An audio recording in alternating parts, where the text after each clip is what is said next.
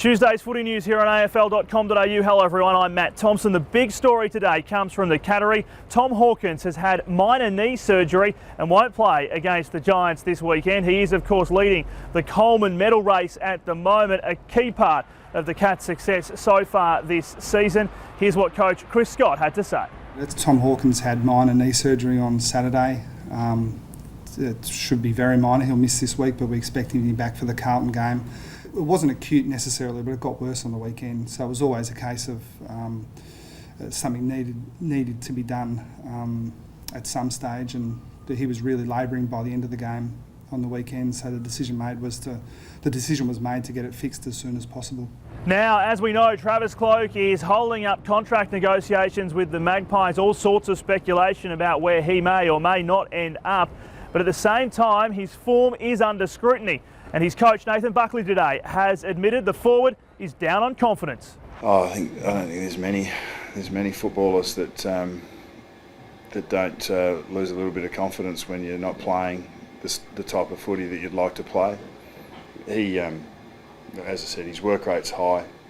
I've got no doubt that he'll break the back of it at some stage. But in the interim, he's been able to influence games when they've been on the line over the last 4 to 6 weeks.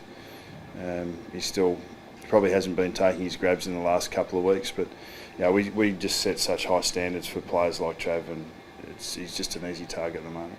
The Pies play the Gold Coast this weekend. Dane Swan and Ben Reid will miss at least another week. Nathan Brown and Chris Tarrant, though, close to a return.